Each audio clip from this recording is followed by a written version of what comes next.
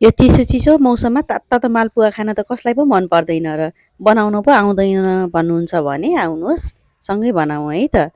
त्यसको लागि एउटा मैले भाँडो लिएकी छु, त्यसमा 1 कचौरा पिठो लिएकी छु, अनि आधा कचौरा जति सुजी लिएँ, अनि 1 चम्चा सौफ, अनि ड्राई फ्रुट्स काटेर लिएकी छु। त्यसमा चाहिँ मैले नरिवल र काजु लिएँ, अनि थोरै इलाइची लिएकी छु, त्यो चाहिँ अप्सनल हो।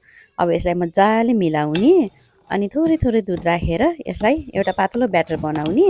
अब यसलाई मजाले मिलाउनुपर्छ। स्वादअनुसार चिनी राख्ने, मैले चाहिँ 6 चम्चा चिनी राखेकी छु। आफ्नो अवस्था र टेस्ट अनुसार चिनी थपघट गर्न सकिन्छ। डायबिटिज छ अथवा चिनी खान मिल्दैन, डाइटिङमा हुनुहुन्छ भने चिनी स्किप गर्दाखेरि पनि हुन्छ। यसरी एकछिन चलाएपछि यो ब्याटर रेडी भयो।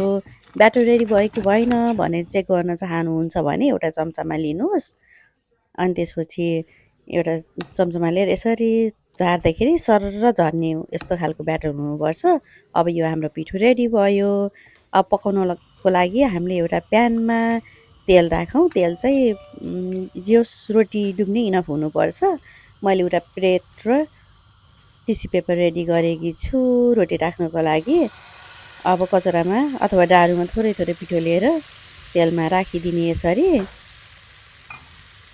साइज चाहिँ ठुलो सानो जस्तो पनि बनाउन सक्नुहुन्छ। यसरी तेलमाथिबाट यसरी राख्दै पकाउँदै गरेपछि रोटी बुक्क फुल्ने हुन्छ। मेरो रोटी पनि छेउछेउबाट फुलिसकेको छ। अब तल रातो हुन थालेपछि यो रोटीलाई फेरि पल्टाएर पकाउनुपर्छ। यसलाई उल्टाइ पल्टाइ रातो नहुन्जेलसम्म पकाउनुपर्छ। अब यो सबै सर्फेसहरू रातो भएपछि यो रोटी रेडी भएको छ। हामीले अब यसलाई निकालेर एकछिन तेल यसरी तारेर अघि रेडी गरेको टिस्यु पेपरवाला प्लेटमा राखिदिने। जसले गर्दाखेरि चाहिँ बाँकी भएको तेल चाहिँ त्यो टिस्यु पेपरमा जान्छ। यसै गरी फेरि अर्को रोटी पनि बनाउने। साइज चाहिँ सानो सानो बनाउँदा पनि हुन्छ, ठुलो बनाउँदा पनि आफ्नो इच्छाअनुसार। यो रोटी पनि फुलेको छ। अब यसलाई फर्काएर अघिनको जस्तै गरेर पकाउने। यतिको भइसकेपछि लगभग हाम्रो मालपुवा रेडी भएको छ। अब यसलाई निकालेर राखिदिने। यसै गरेर सबै रोटीहरू पकाउनुपर्छ। हेर्दै कस्तो मिठो होला जस्तो छ। अब साइडमा दुध चिया पकाएर रोटी खानुपर्छ।